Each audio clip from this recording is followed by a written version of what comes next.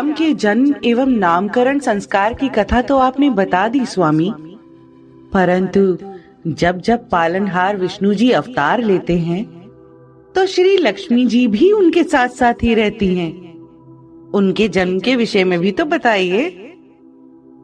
ये तो आपने सत्य कहा देवी पार्वती। जहां विष्णु जी वहां श्री लक्ष्मी जी, और जहां श्री लक्ष्मी जी वहां विष्णु जी। उनकी जन्म कथा बहुत ही अद्भुत है। सुनाइए न स्वामी, मेरा मन उनकी जन्म गाथा सुनने के लिए अत्यंत व्याकुल हो रहा है। देवी, मिथिला नगर में भीषण अकाल की स्थिति उत्पन्न हो गई थी। वर्षा की एक बूंद नहीं, चारों ओर हाहाकार। भूख और प्यास से व्याकुल प्रजा की चीत्कारों ने मिथिला नरेश जनक को अत्यंत विचलित कर दिया था। ये विलाप, ये सिसकियां मैं नहीं सुन सकता, मैं नहीं सुन सकता। ना जाने ये संकट कब दूर होगा।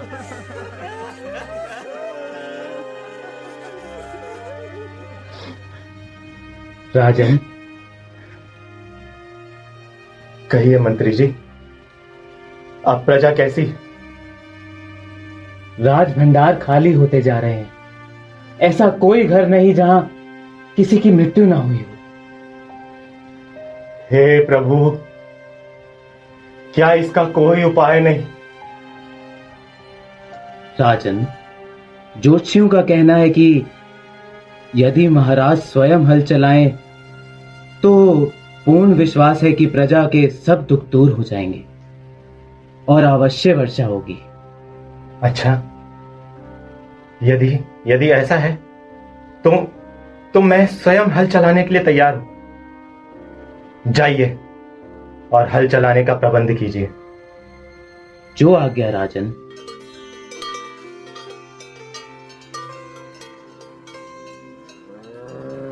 वैशाख माह के शुक्ल पक्ष की 9वीं तिथि का शुभ दिन था, जब मिथिला नरेश जनक जी हल से पृथ्वी जोत रहे थे।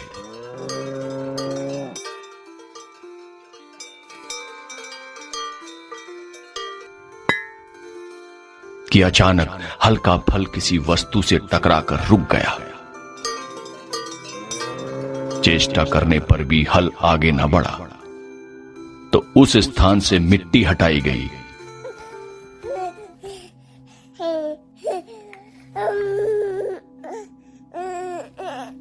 और एक कलश प्राप्त हुआ। उस कलश में शिशु कन्या के रूप में साक्षात श्री लक्ष्मी जी विद्यमान थी। मिथिला नरेश ने जो ही उन्हें अपनी गोद में लिया, आकाश में काले मेघ घिराए और चारों ओर धरती पर वर्षा की बूंदें बरसने लगी। सूखी भूमि जल से तृप्त हो गई। और जानती हो देवी, श्री लक्ष्मी जी के नामकरण के लिए स्वयं देव ऋषि नारद जी पधारे। नारायण नारायण नारायण। देव ऋषि नारद जी पधारिए, मेरा प्रणाम स्वीकार कीजिए। कल्याण हो राजन, सुखी रहो। अहो भाग्य है जो आपके घर जगत माता का आगमन हुआ। ऋषिराज, शुभ अवसर पर पधार कर आपने मेरे ऊपर बड़ी कृपा की।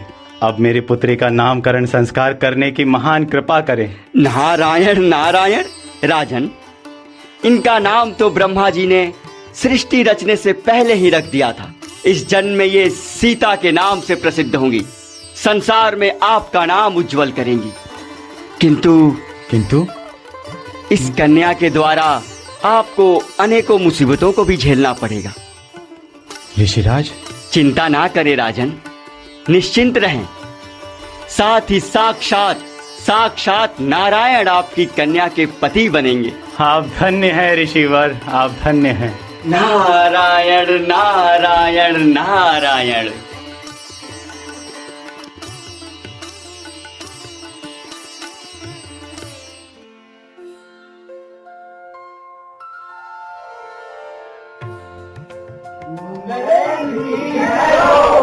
महाराज की जय हो।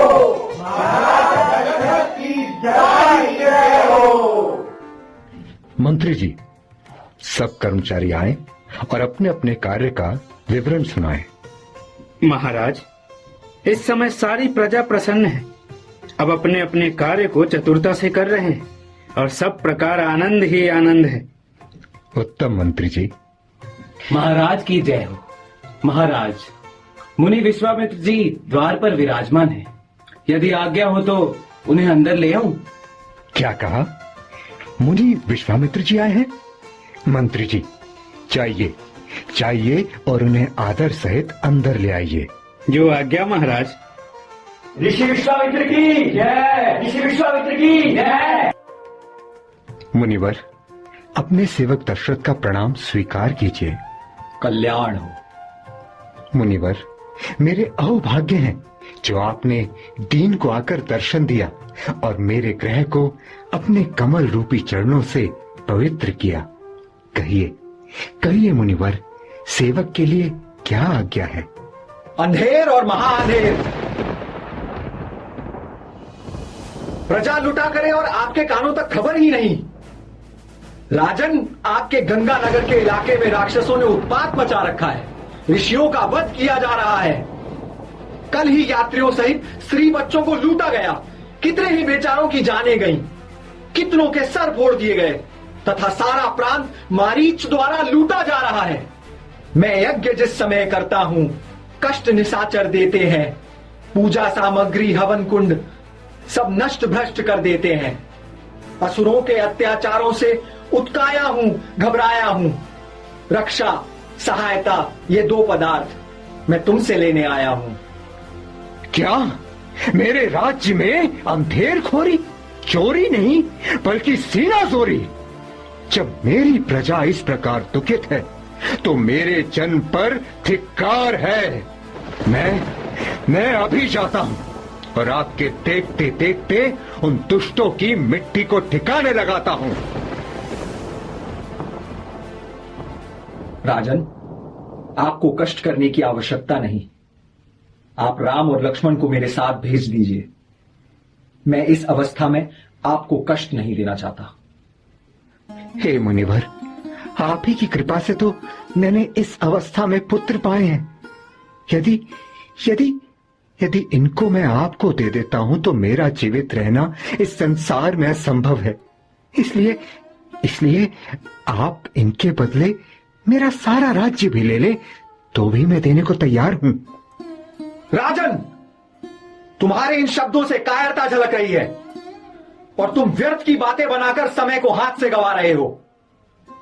यदि दे सकते हो तो राम और लक्ष्मण को दे दो, अन्यथा मुझे तुम्हारी सेवा की जरूरत नहीं।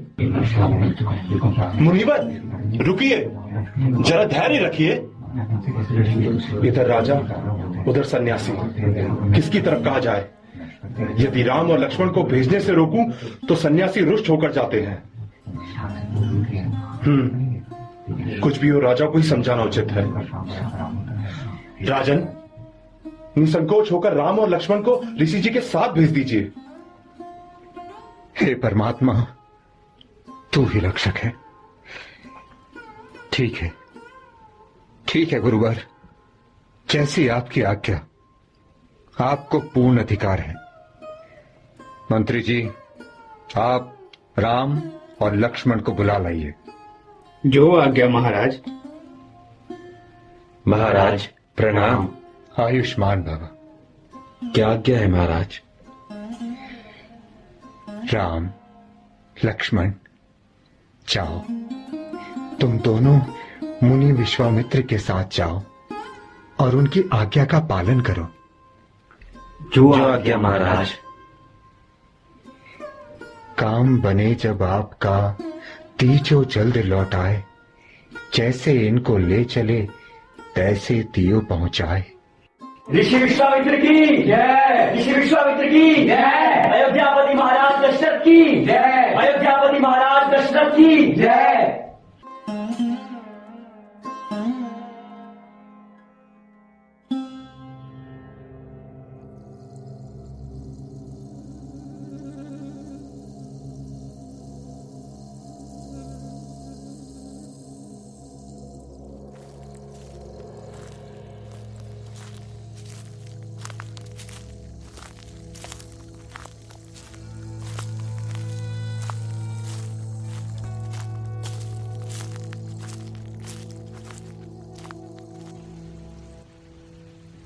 गुरुदेव, ये कौन सा स्थान है?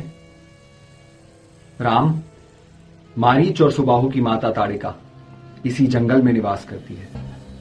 क्या वो भी अपने बेटों की तरह दुष्ट है? हाँ, वो दुष्ट और मक्कार है।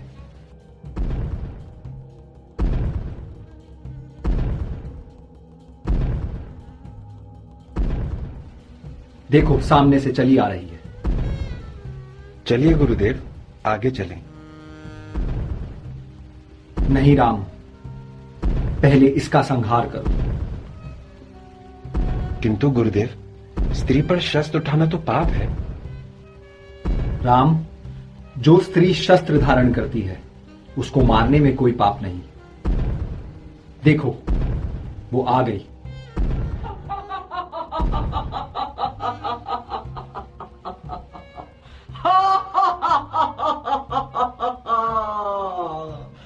रे नृप बालक काल गरसाए, क्यों तुम मेरे सम्मुख आए?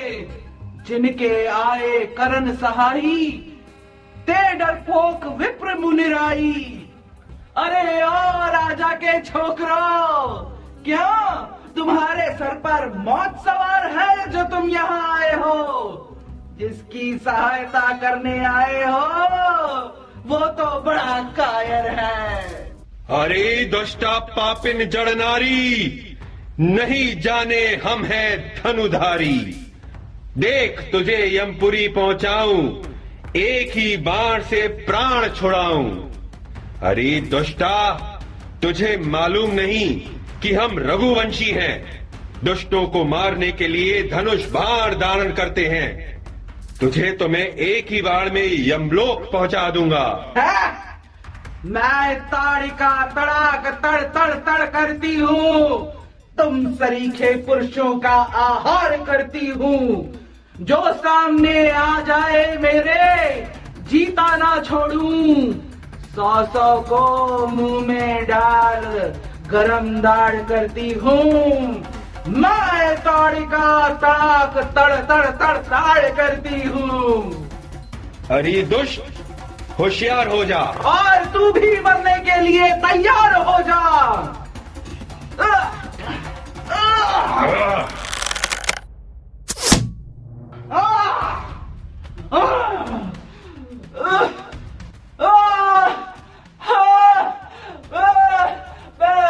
मैं मर गई।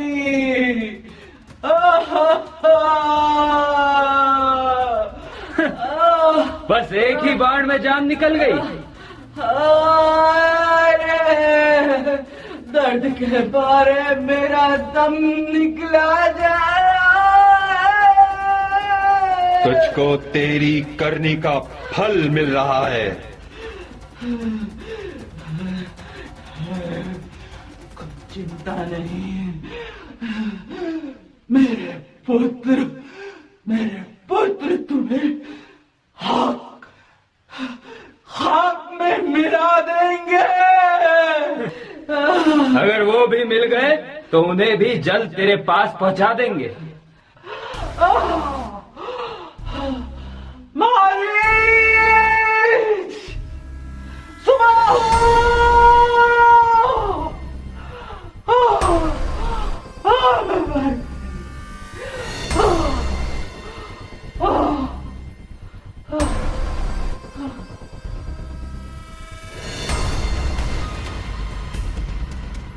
बेटा राम और लक्ष्मण, सावधान हो जाओ।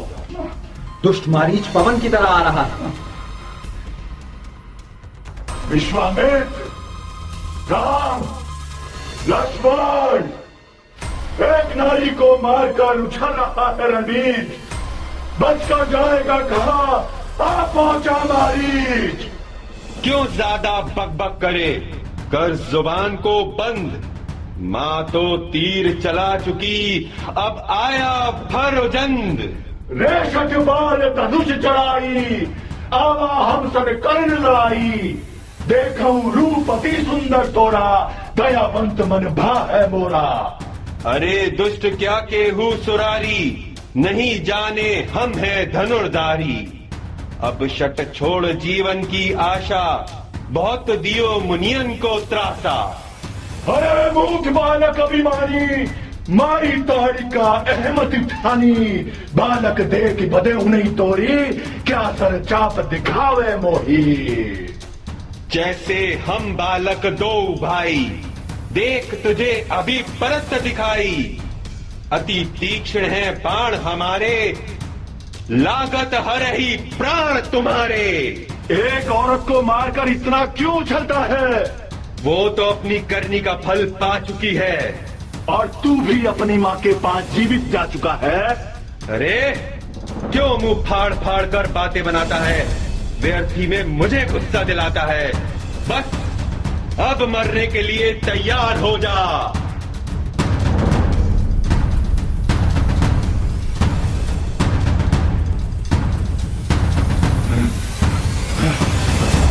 ठीक है, जा रहा हूं, पर वापस आऊंगा। मेरा बदला पूरा नहीं हुआ, पूरा नहीं हुआ। मां, मां, मां, बस ओ नादान, अब जुबान की लपलपाई को छोड़ दे। वो भाग गया तो क्या हुआ, मैं जो हूं। अगर तुझे भी जिंदगी की चाह है तो दोनों हाथ जोड़ दे। चुप रहे नादान, पीछे हट बेईमान। तेरे सर पे मौत सवार है, और तू खुद मौत का तलबगार है। अरे तेरे मुंह से तो कच्चे दूध की बात आ रही है, और तेरी मौत तुझे बुला रही है। अरे छोकरे, तेरे तो अभी दूध के दांत भी नहीं टूटे। हाँ, मेरे नहीं टूटे, किंतु तेरे अवश्य टूटेंगे।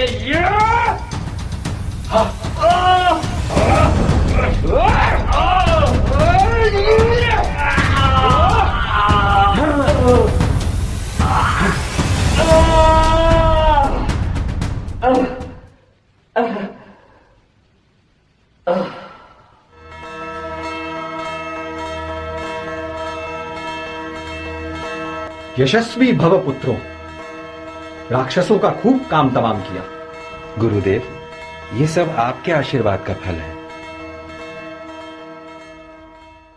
आप सुन रहे थे 5 एलिमेंट्स थिएटर के कलाकारों द्वारा प्रस्तुत जय सियाराम लीला, जिसे स्वर दिया है राखी चौहान मेहता, राहुल आमट, पल्लव गोयल, गौरव देवगन, समीर, रवि, सुधांशु सौम्यन, नीरज सिंह, साकेत उपाध्याय, नितिन बोरा, मयंक गुलाटी, मधु अग्रवाल, कबीर, विवेक कुमार एवं मानव मेहरा ने। जय सिया राम।